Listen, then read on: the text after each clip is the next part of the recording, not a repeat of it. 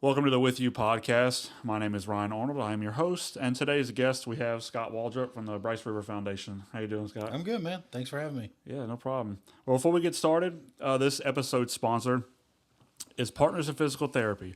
Partners in Physical Therapy is committed to helping people move better, recover stronger, and get back to doing what they do best. Their team understands that physical health plays a critical role in overall well-being, especially for first responders and those in physically demanding professions. We're grateful for their continued support of With You and their commitment to caring for the people who spend their lives taking care of others. You can learn more at partnersinpt.com. Man, I've been trying to get some sponsor money out of them for the bike ride. Do you think you can connect me with I'm somebody? sure, I think I know a guy. That's awesome. I'd appreciate I it. think I know a guy. They're kind of stingy. So, Scott, tell me a little bit about yourself and about the Bryce River Foundation. Yeah, for sure. I've been in marketing and advertising for 20 years. I currently work for Lake Charles Toyota. I manage all of their advertising.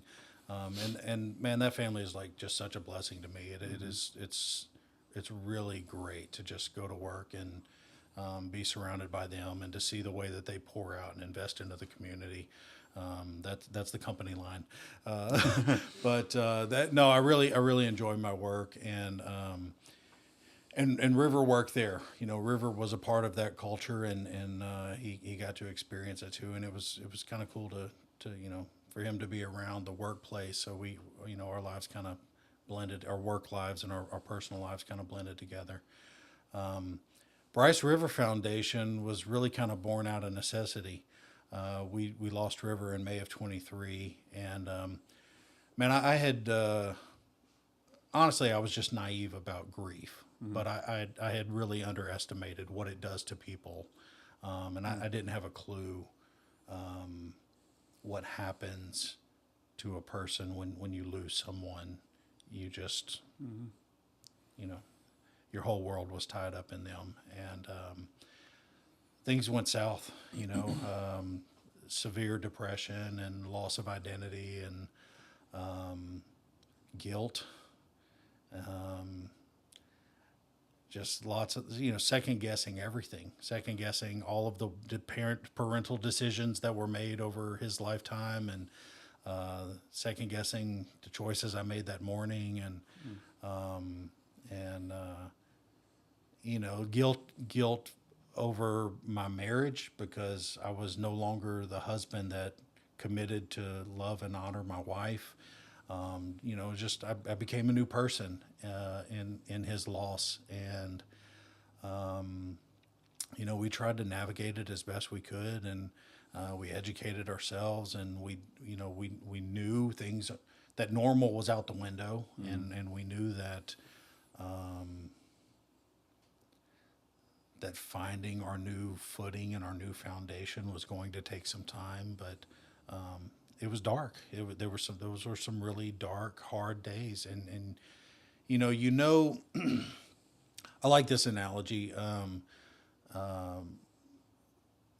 Grief is kind of like somebody just handcuffs you to a giant pallet of water, right? Or, just some incredible weight that you could never just move around by yourself, but you're attached to it, and you can't escape it, and you can't get away from it.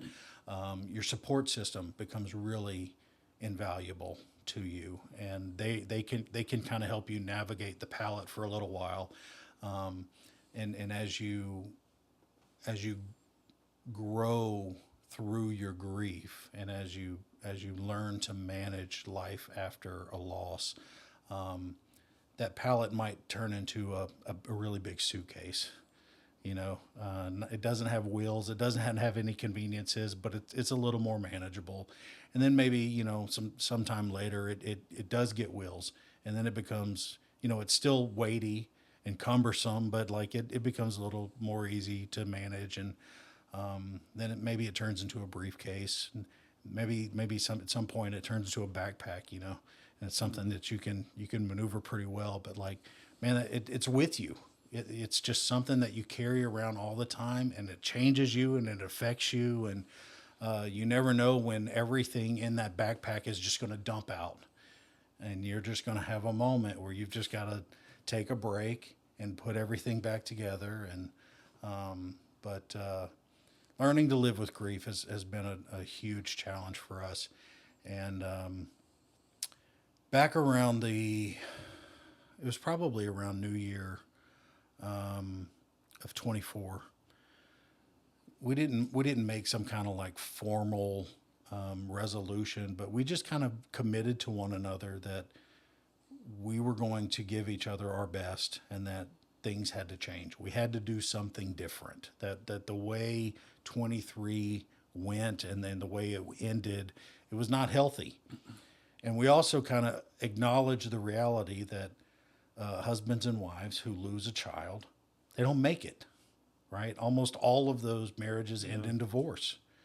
And that's where we were headed. And we just kind of resolved to one another in a personal commitment that things were going to have to be different.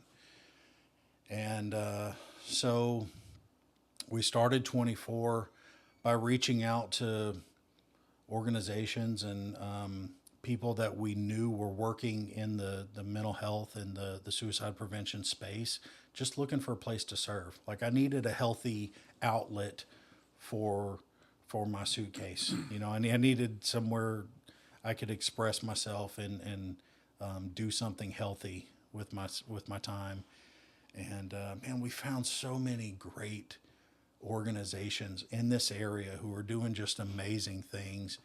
And what became clear to us was that they all were doing great things, but they all needed more resources, and they needed more, not necessarily, I mean, they needed hands and feet, but they just needed more money to be able to cast a wider net and to serve more people and to have more awareness and to, you know, just to be more effective in what they were doing.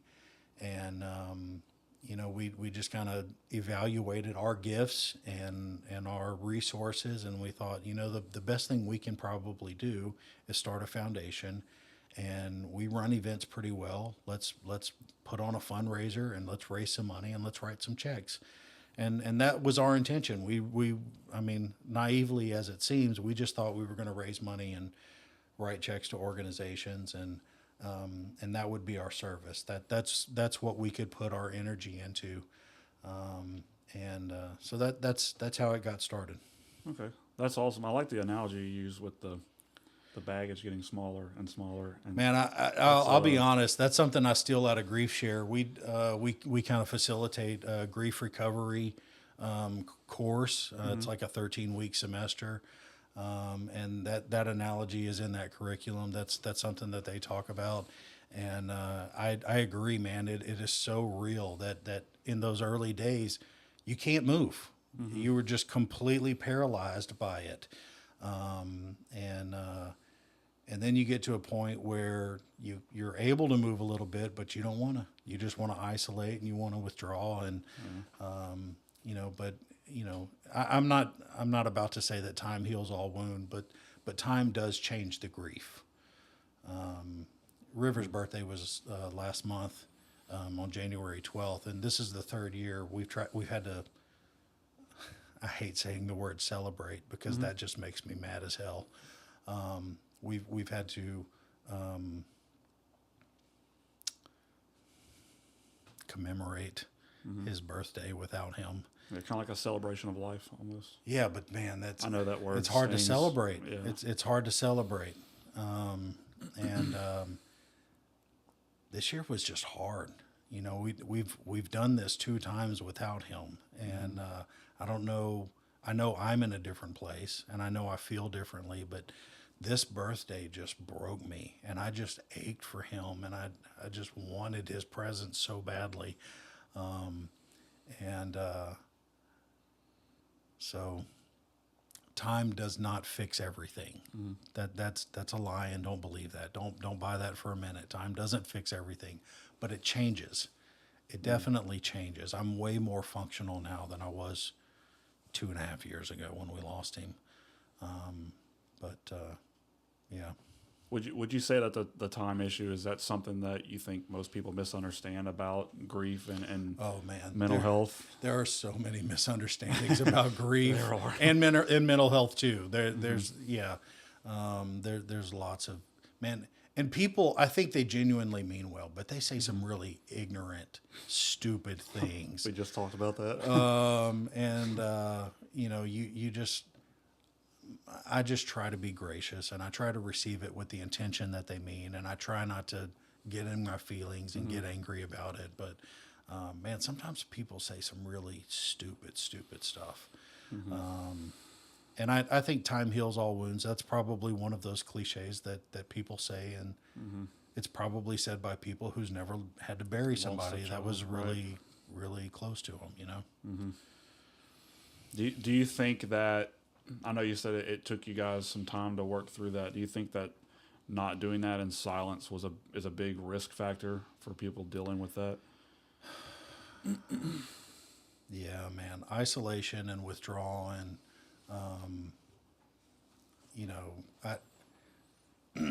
it is truly amazing to me. You know, we walk this road pretty publicly, having started the foundation and all that goes with that. And especially the memorial ribbon. So we do this it's kind of a public community activation during Suicide Prevention Month during September. Okay. We have these perforated, corrugated cardboard suicide prevention memorial ribbons, these purple and teal ribbons with names on them of honoring memory, memorializing people that we've lost to suicide here in the community. Oh, wow. So we put these yard signs out. They spend a week at different businesses around town, and we move them around so that different parts of the community can see them. And like at first you see these ribbons and you're like, oh, that's another one of those ribbons, you know? But then maybe you're walking by a sidewalk and you get to see the names, and then you realize how many people and how many families and how many parts of our community have been affected by a suicide loss. And it really gets to be overwhelming. And so we hear from loss survivors who want their loved one memorialized on a ribbon. And man, they say things like, my brother died 30 years ago and I've never talked to anybody about it. And I'm like, dude, I don't know how you're still here. You know, like I don't know how you've carried that all of this time and never put words to it. Like that just, it breaks my heart to hear how many people suffer in silence over a loss that's been close to their circle or close to their families, or there's so much of that. It is so pervasive. And I know that, I would say I'm pretty introverted in my grief. I have some friends who are way more open, and they just wear their grief on their sleeve and they're super public about it. And that's cool. That's how they need to grieve. I'm not that way, but we kind of have this public thing. So it's way more public than a lot of other people who might be introverted in their grief like I am. You know, most introverted people aren't coming on a podcast, or they're not going on news programs to talk about their nonprofit or the fundraiser that they're working on. But yeah, having to be public about it and having to have these kinds of conversations, that's definitely helped me navigate my grief. And I'll be honest, one of the things that has helped me the most is meeting other loss survivors.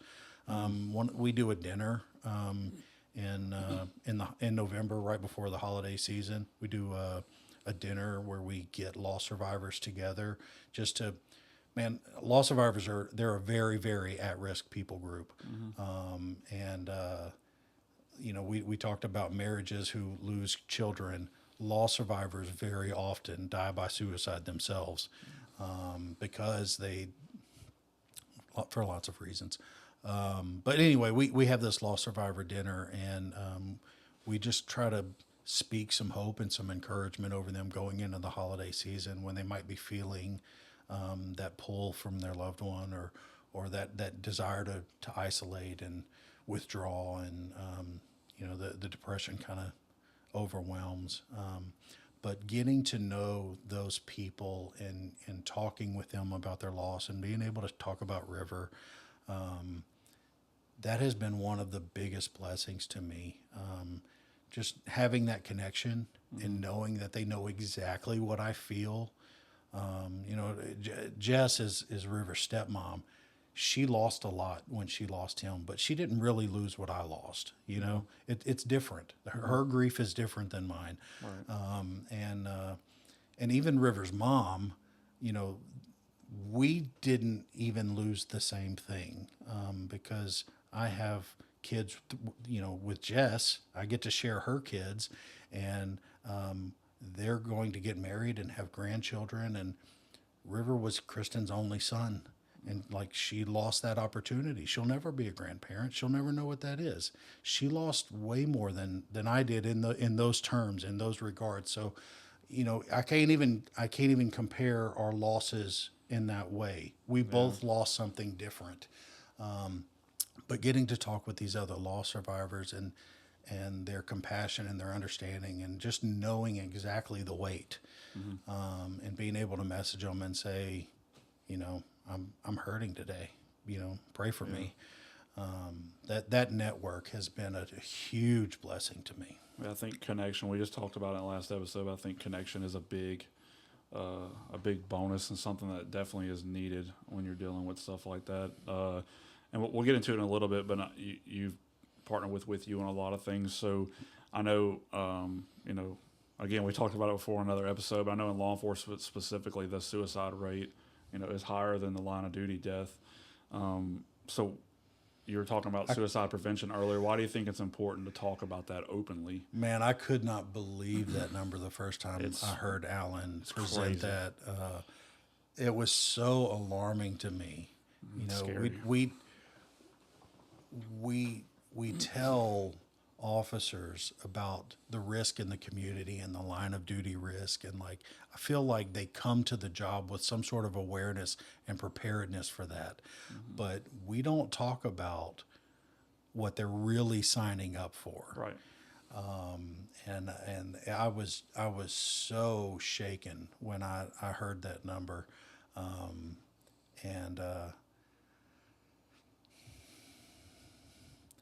Community is everything. We're not designed to be alone. We're not designed to be on an island.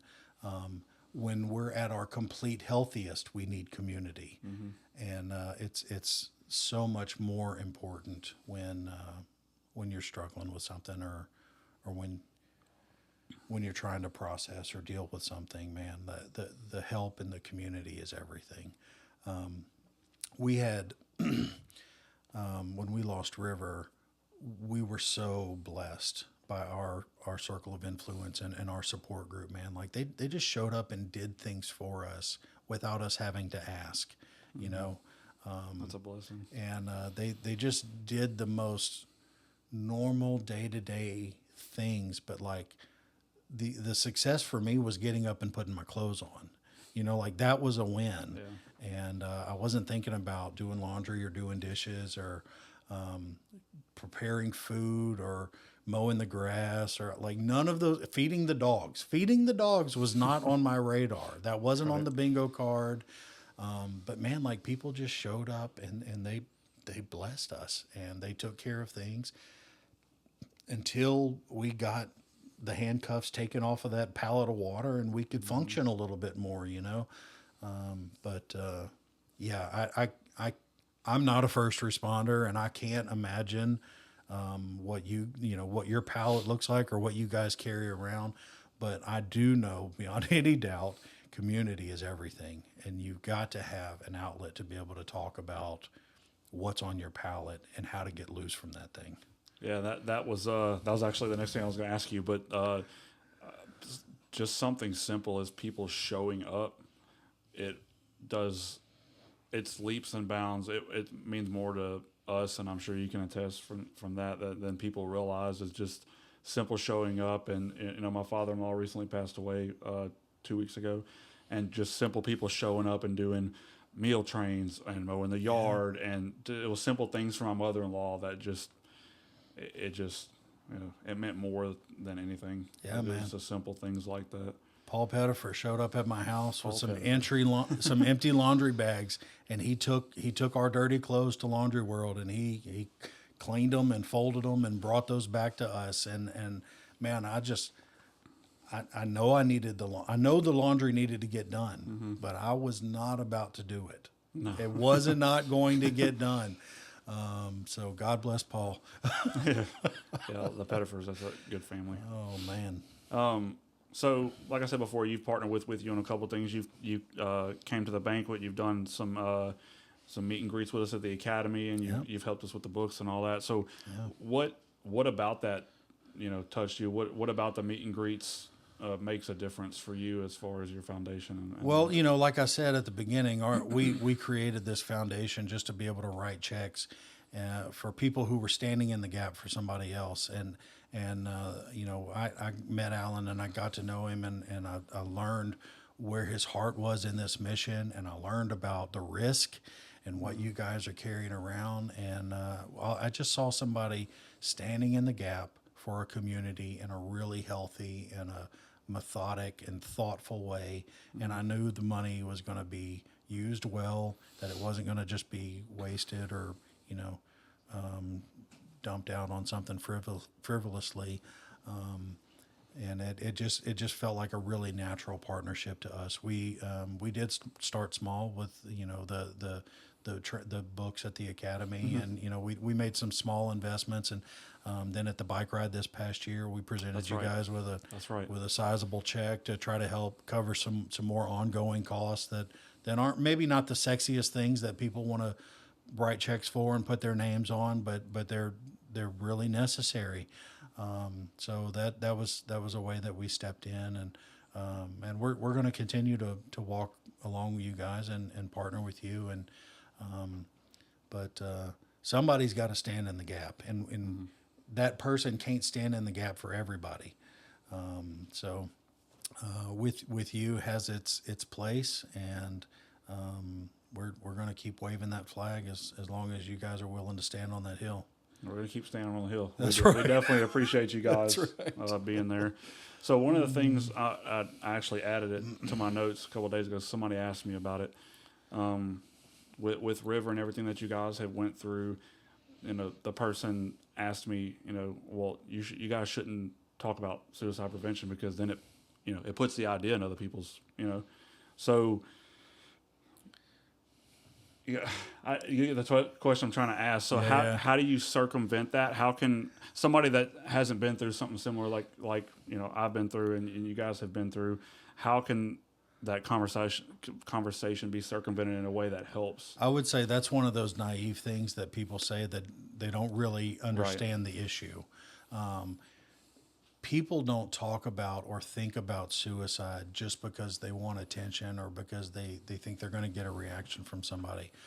People who are contemplating suicide are in the darkest depths of their life, and they're trying to find a way to resolve a pain that can't be resolved.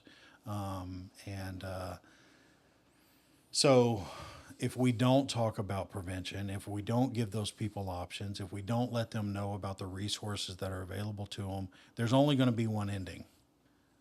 There's only going to be one outcome. We were on a call week before last for the mental health work group. I get them all confused. There's a suicide prevention coalition, and there's a mental health work group, and there's a behavioral. Anyway, I was on a call with a lot of organizations in town who are trying to change their, let's take you guys for example, right? Okay. You're focusing specifically on first responders. That's kind of a myopic view, and that's the way you have to run your organization, right? You've got to look through this tiny optic.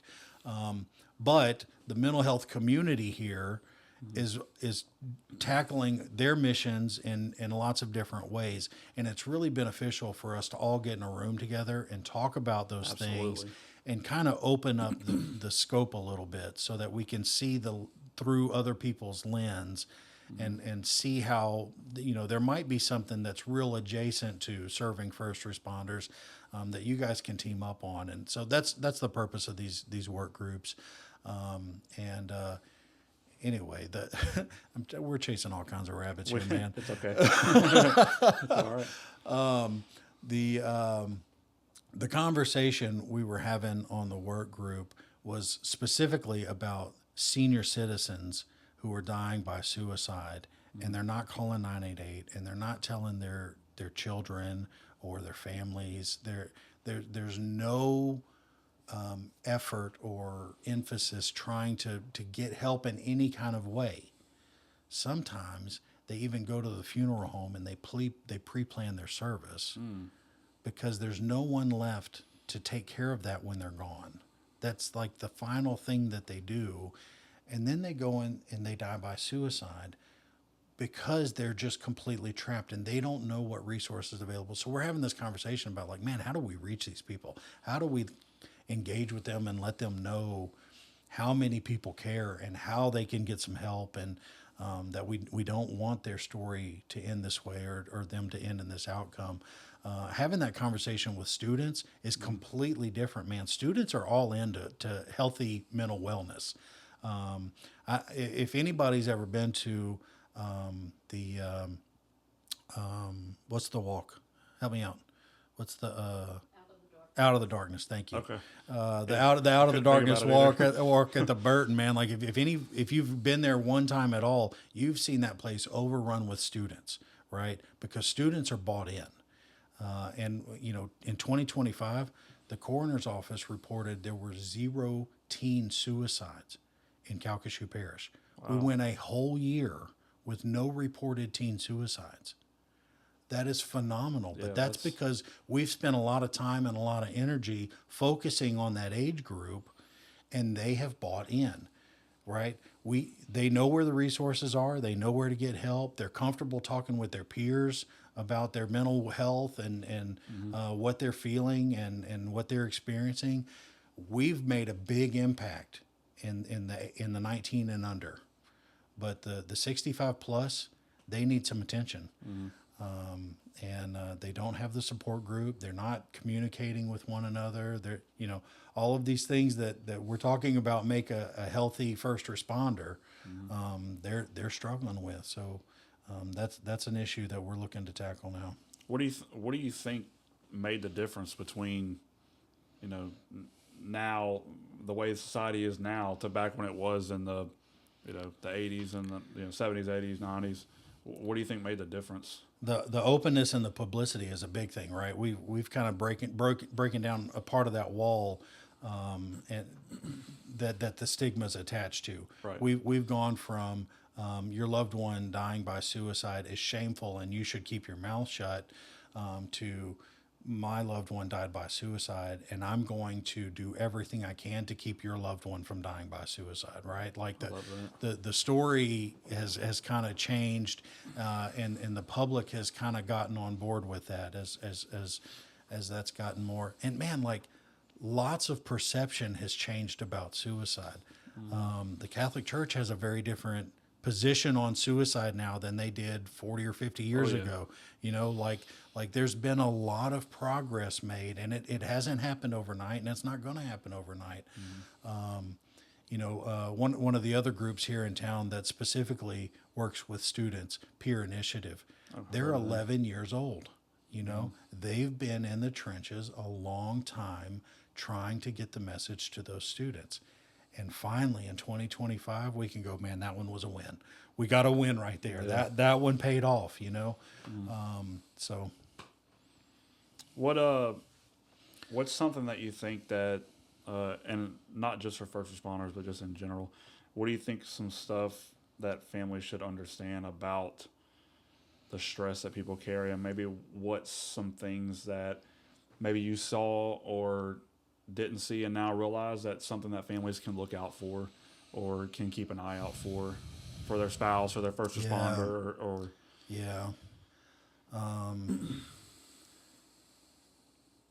I would say judgment is a one that we need to be particularly careful with. I 100% agree with you. There are some really funky ideas about depression.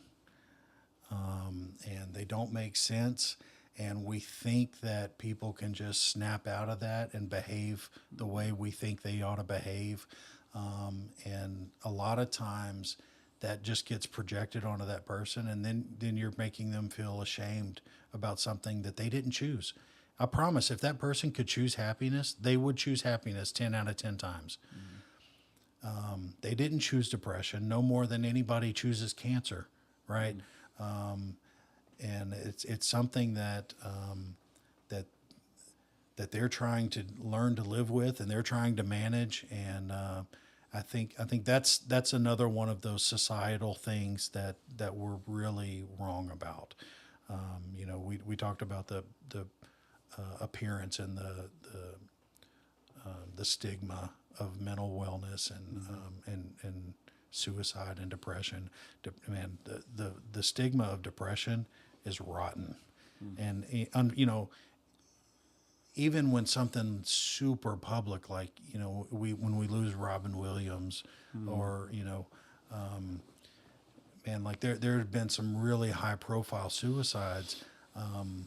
The conversations around those deaths are not always very healthy. So we have some progress to be made there, but man, what are some other risk factors or indicators? Isolation is a big one. If you see somebody withdrawing excessively, or at a time that seems really odd and doesn't make sense, they might need some extra attention. Oh my gosh.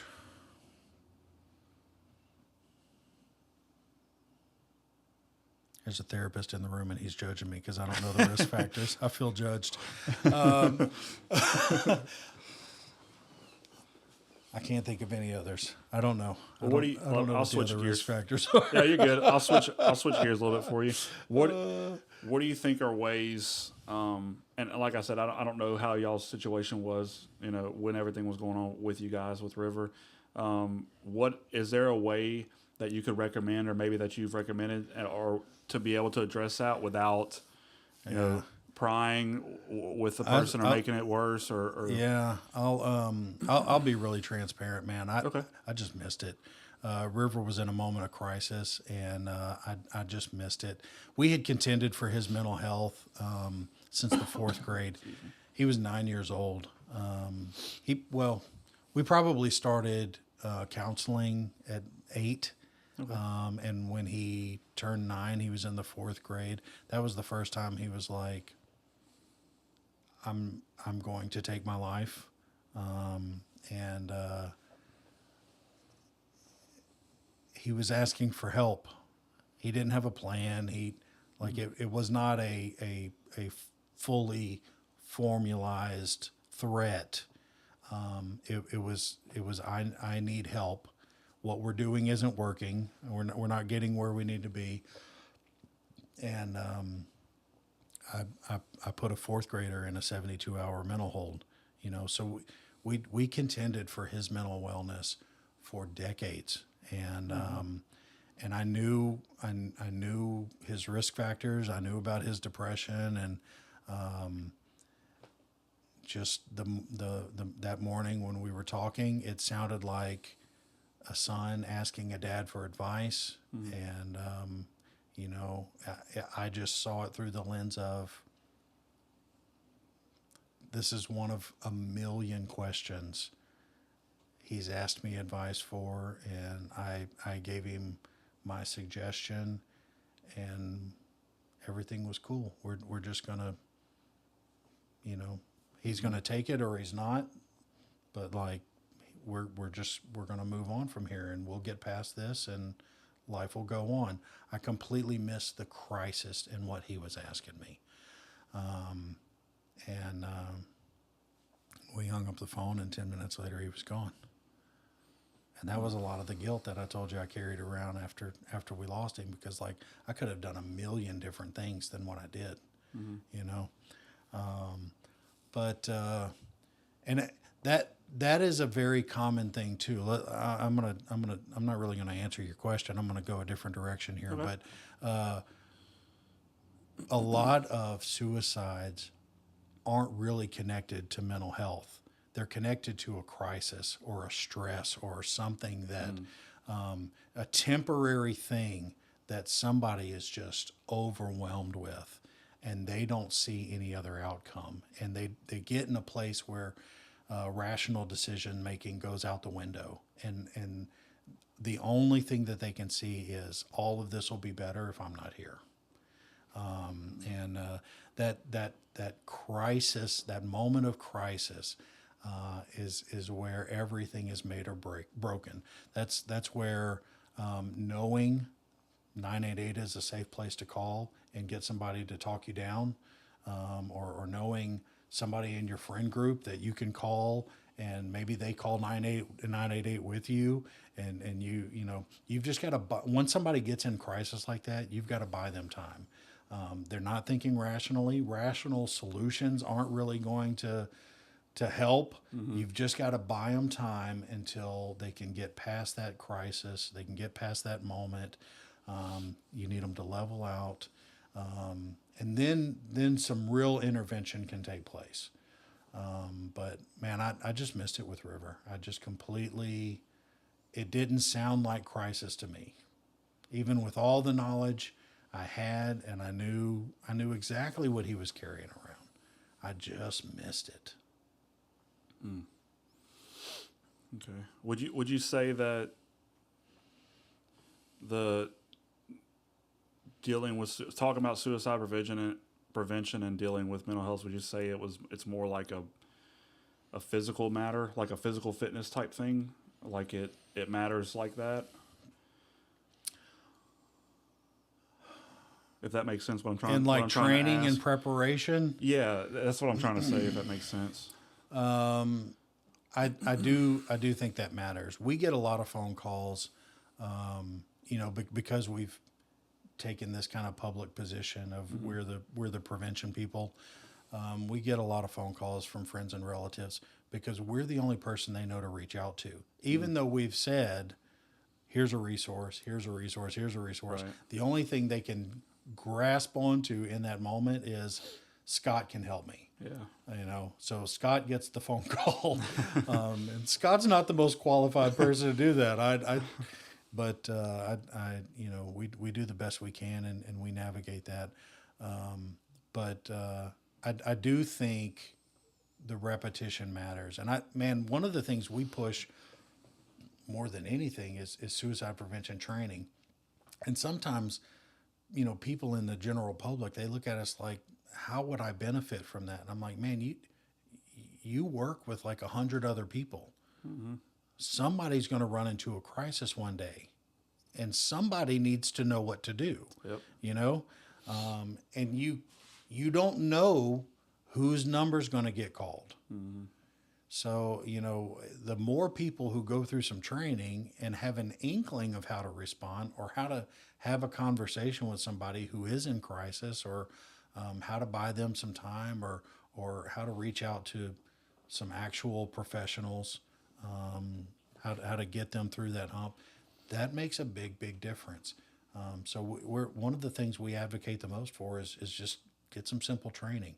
And training ranges from a 1-hour program or a 3-hour program to a 16-hour 2-day program. Oh, wow, awesome. Like there's some really, you can really get in the weeds with it. Mm-hmm. That 2-day assist training, that's what they take for the 988 call center operators.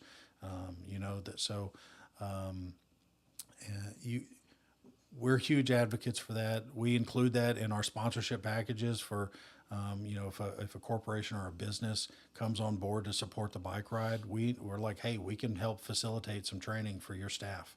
We include that in our package. That's a benefit that awesome. We can offer you that you don't know you need.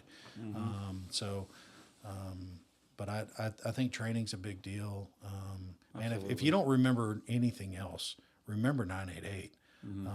And that phone number is not the solution to everything, but those operators can help a lot of different cases. And if they can't help you, they can get you to the right people. Absolutely.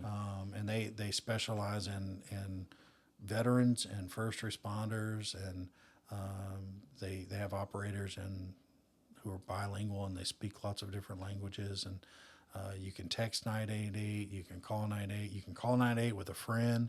A lot of times when we're facilitating a training, we'll call for like in the middle of the training so that the class can kind of experience what happens awesome. On one of those calls. 988 that's an important resource that I think everybody needs to know about. The state of Louisiana spends a lot of money to keep that number up and running. Yeah, we push that pretty heavily. It's on all of our marketing material, on the website, everything. That's 988 is a great tool. Yeah.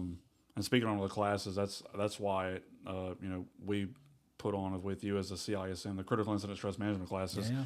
because even if we're good, you never know when somebody's number is going to be called. And, That's right. you say you're the one, and Alan's the one that gets the calls for with you. Alan's Yeah. the call taker. He gets all the calls, and those training courses are a huge benefit, not just for us, for the general public. I mean, those Yeah. things are amazing to have in your tool belt. And you guys kind of understand training. Training is a part of your culture, Right. For more of the public at large, like we're not accustomed to doing things like that. Like we might go to some leadership thing here or there, or, but training is really kind of a foreign idea. So convincing the guy at the bank to go get spend a couple hours getting some suicide prevention training, like that's a tough sell sometimes, but it's super beneficial.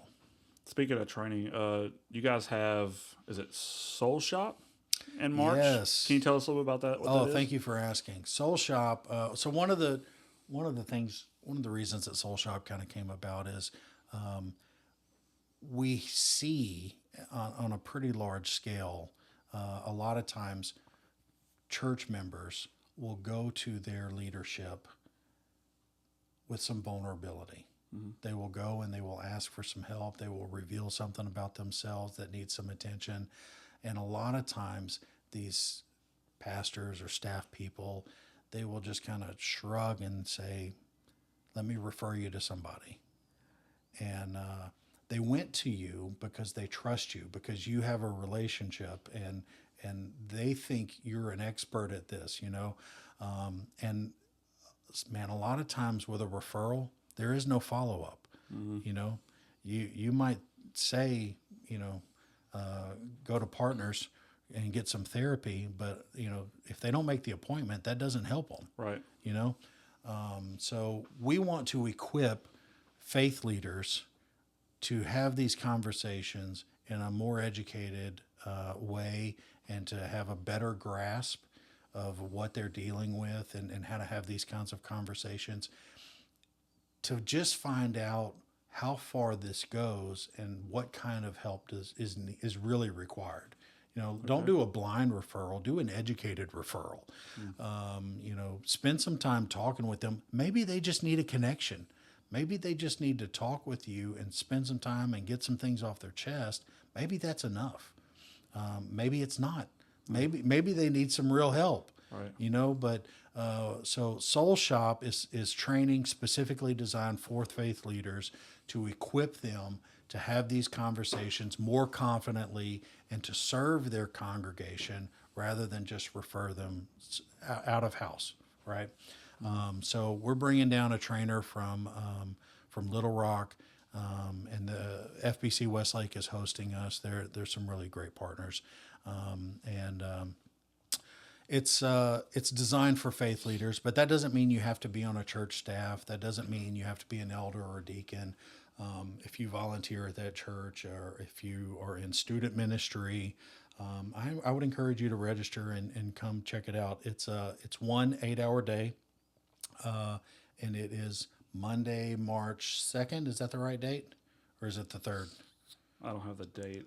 It's in the 2nd, March the 2nd. Thank you for the assist in the corner. Thank you.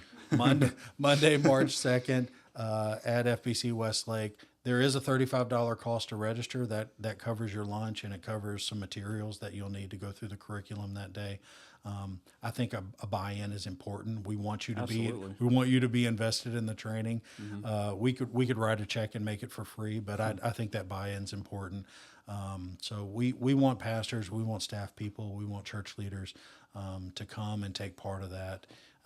One day is a worthy investment. I agree. So if somebody wants to get involved with that, like to support suicide prevention or get involved with Bryce River, where do they start? What do they need to do? Man, I would say go to the Facebook page and send us a Facebook message. We have events going on throughout the year. We can definitely use partners and volunteers. If you want to serve us with your time, if you just want to serve us financially, that's fine too. I promise we will shepherd your money well. None of our board members are paid. None of our volunteers are paid. Our overhead's pretty low, and all the dollars go to the mission. Um, we are looking for sponsors for the bike ride. The bike ride is our biggest fundraiser. That's going to be May 2nd at Crying Eagle. Okay. And we do a bike ride because that was one of River's coping mechanisms. Exercise is really, really good for depression. Sunshine is really, really good for depression. I mow the yard. Amen to mowing the yard. Yep. Amen to that.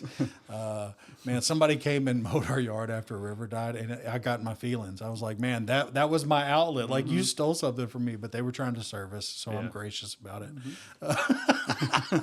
That's my getaway is mowing. I love it. Yeah, so he would get on it, he would start feeling away, and he would get on his bicycle, and he would do, 30 or 40 miles and reset things, and sweat is good. Hell yeah. And when we were trying to figure out what kind of fundraiser we were going to do, cycling, a bike ride made a lot of sense for us, and we've added a ruck to it. That's awesome. The ruck is also a lot of fun. So we're looking for sponsors for that event and people to partner with us to host that bike ride. Crying Eagle is an unbelievable partner. It's a great location. We're able to get people out of town real easily and get them onto some rural roads and out of harm's way pretty easily. So we like being southeast of town, and Eric and his staff take really good care of us. So that bike ride's going to be a lot of fun.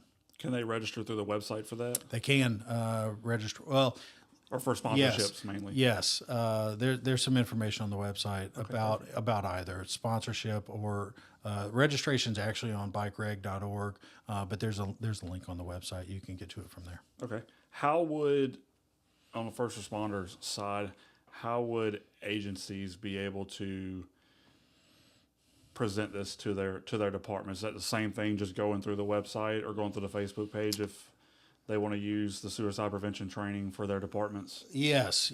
I would say just shoot me an email. There's about us on there, and you can, or contact us rather. Just shoot me an email, and we can definitely facilitate that. That's been a real privilege, man. Just being able to make some connections and get some things scheduled. We're doing some training at McNeese next month for the BCM. Okay. We're just training their student leadership, awesome. and it's open to anybody on campus that wants to come. But I'm telling you, the buy-in from students is there. They want to know and they want to do their part. They are so invested and so proactive. It's really cool. But I just think the more people we can get trained, the better outcomes for everybody. Yeah, I love that. I love seeing the newer generations grab a hold of that. The suicide prevention and mental health awareness, just grabbing hold of it and running with it. It's such a does good for my heart to see that. Yeah. And then Well, that's what everybody wants, right? Everybody wants their Right. kids to have a better world than the one that they have. It's so encouraging. Jess and I, last year we went to Advocacy Day at the state capitol with Peer Initiative, and those high school students would just go up to a state legislator, to a representative or a senator, and they would just grab them by the arm and they say, "Man, let me tell you why this is so important." And they have all the confidence in the world, and they believe it with all their heart. And it was just so amazing to witness that. And they'd be like, "Look, there's some things in this state that you can fix with a piece of paper, And it's crazy how simple it is. They're so bold and they're so passionate about it, and it makes me feel so good, and it makes me appreciate how much better off they're going to be. Yeah, it's incredible. It's definitely amazing. The weird thing is like you brought up the piece of paper, just how simple, not even with legislation, just in general, how simple a fix that is to get help to spread awareness or trainings or anything like that. It's just really simple. You just have to reach out and try. It's so simple. So I mentioned peer initiative a few times now. Y'all are going to have Ken Brown on or Sarah Jolie, but one of the things they were able to do at Advocacy Day last year is they passed a resolution because schools in Louisiana weren't tracking how many risk assessments their students were having to receive on campus.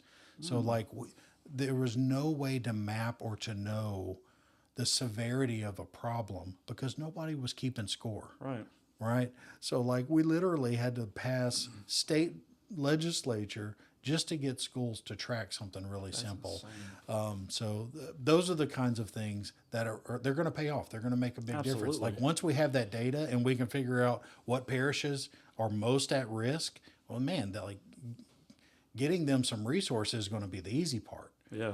The hard part is figuring out who needs it. Yeah, who needs it. There's so many good things happening. There's so many good organizations that are taking care of Calcasieu. They just need more resources. They need more people waving their flag and letting the public know what's available and who's out there and where they can get help. I learned something new about MCAL last week.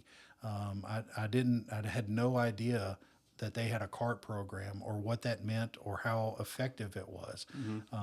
That might be a good question for another guest sometime. Yeah, but we actually, in law enforcement, use CART quite often. Man. They come out to scenes. They're incredible. I didn't have a clue. I learned about it just within the past couple of weeks.